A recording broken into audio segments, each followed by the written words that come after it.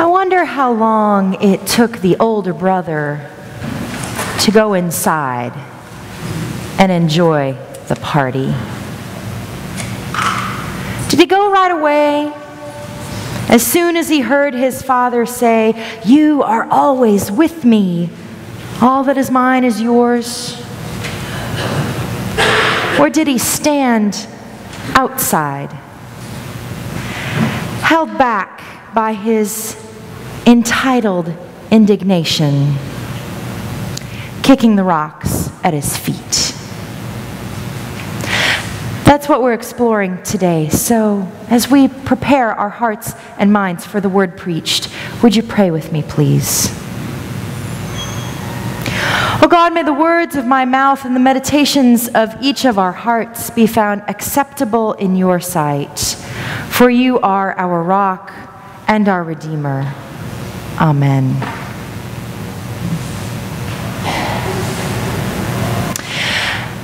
Now, I know enough of our stories, our own personal stories here at CUCC, to know we have plenty of prodigal sons in our congregation. We have spent a lot of time in the distant country. In fact, some of us live in the distant country now, and still we find our way here to church. I'm so glad you did. So if you came this morning feeling lost, if you came this morning feeling like a prodigal child, having wasted good fortune and woken up among the swine, know this: you too can come to yourself, as the text says. If you get lost, you can always be found. When you realize you're walking around like someone half dead, there is new life waiting for you. So come on home. If you're feeling lost this morning, there's an invitation inherent in this morning's text. Come home. And with that eternal invitation before us, we arrive back at the first question that I asked this morning. How long did it take the older brother to go inside and enjoy the party? See, I know enough of our stories, our own personal stories here at CUCC, to know we have plenty of older brothers in the congregation as well. Many of us have never been to the distant country, but we know what it's like to be the older brother, to be the one who is responsible, reliable, dutiful, and devoted. And truth be known, most of us are a mix of the two, right? We have been both responsible, reliable, dutiful, and devoted, and we have also spent our fair share of time in the distant country. But today I want to focus on that experience of the older brother. It's not what we ever focus on when we read the story, is it? After all, it's referred to as the prodigal son, not the story of the older brother. So let's pay attention to that for a moment. Maybe we've actually been the firstborn and watched a younger sibling run wild and parents waste away from worry. The wild child finally hits bottom. It was a lot further down than any of us ever thought it could be.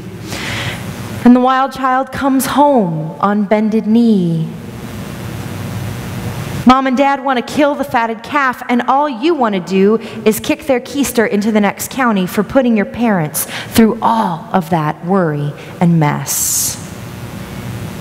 Yes, maybe you are actually the older son in the prodigal story. And yet there are other roles in life that connect us to what's at stake for the older brother. Maybe one of these applies to you. You are the sibling who has arranged your whole life to be able to tend to an aging parent. Brothers and sisters are off living their own lives somewhere, but not you. You're here. You are going to doctor visits and arranging for home health care. You are choosing clothes to wear and wiping soup off of chins.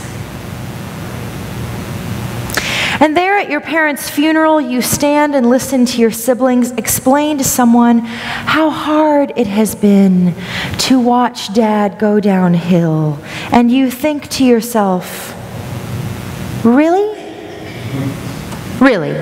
Has it been that hard for you from the distant country to watch that happen? Has it really been that hard for you?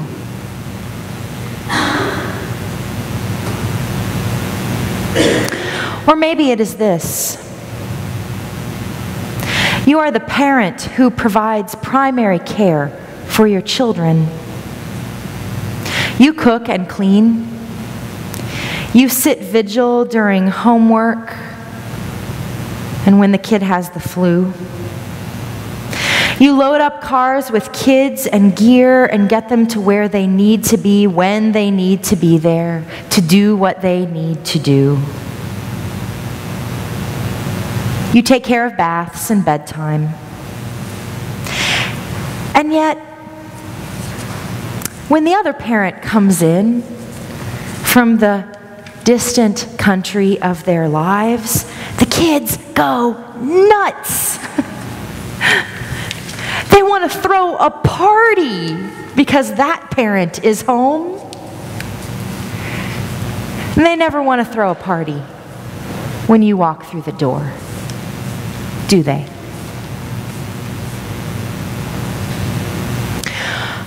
Or maybe for you it is this. You are the person at work who is always reliable, always dependable, always on top of whatever is next on the docket. You've given your life to this place. Dutifully, steadily, you have worked for years and years. And yet every time the recognition for a job well done comes around, it always seems to go to somebody else.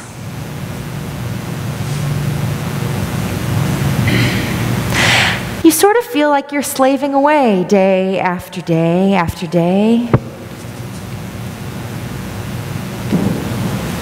But the boss never seems to want to kill the fatted calf for you, let alone just order donuts on your behalf.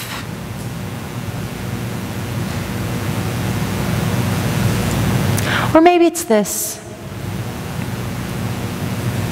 You're the person at church who served on nearly every committee, every team. You've made coffee, you've taught Sunday school, you made soup, you've delivered casseroles, and you've written your check month after month after month for an eternity, it seems. And yet, it feels like you always get left out, overlooked, forgotten.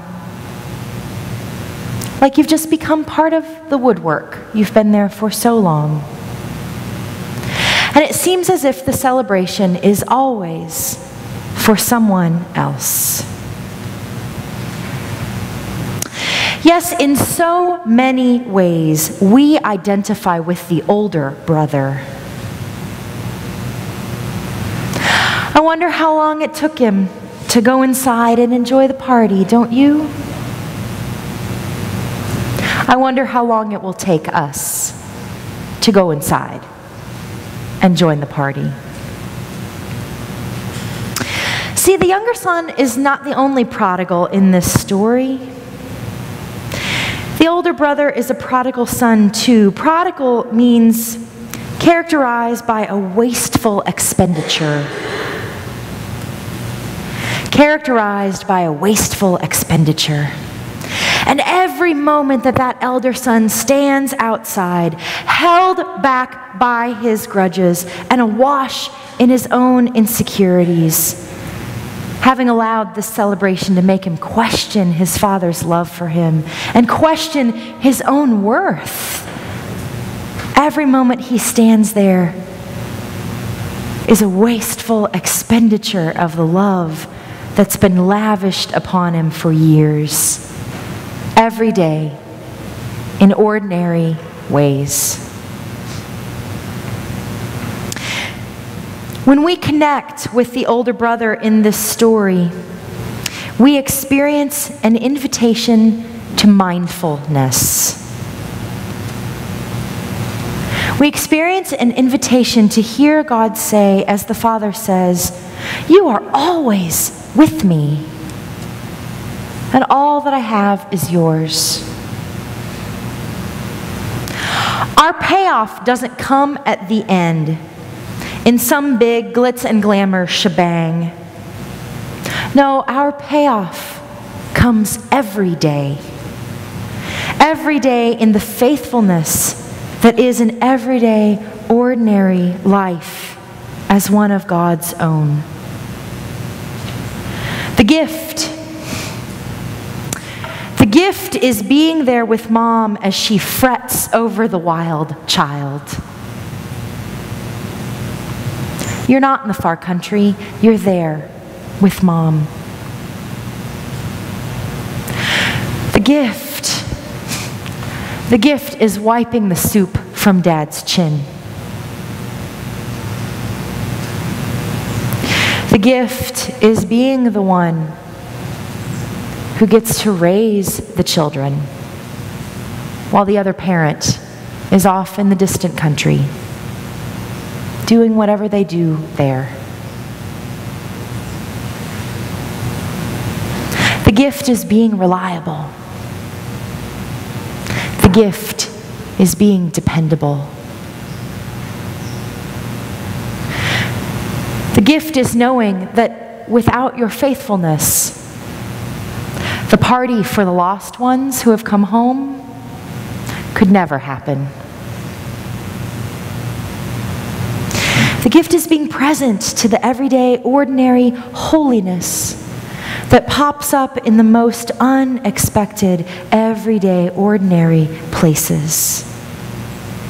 And that gift is ours every single day. The ones who go out to the distant country, they miss that. This story raises that question I always have. What is the good news? What is the good news for those who aren't lost? The good news for those who are not lost is that you've basked in God's good news every day. And there is still a party going on. So the invitation from this story is this: lay your insecurities to rest. Put your grudges aside.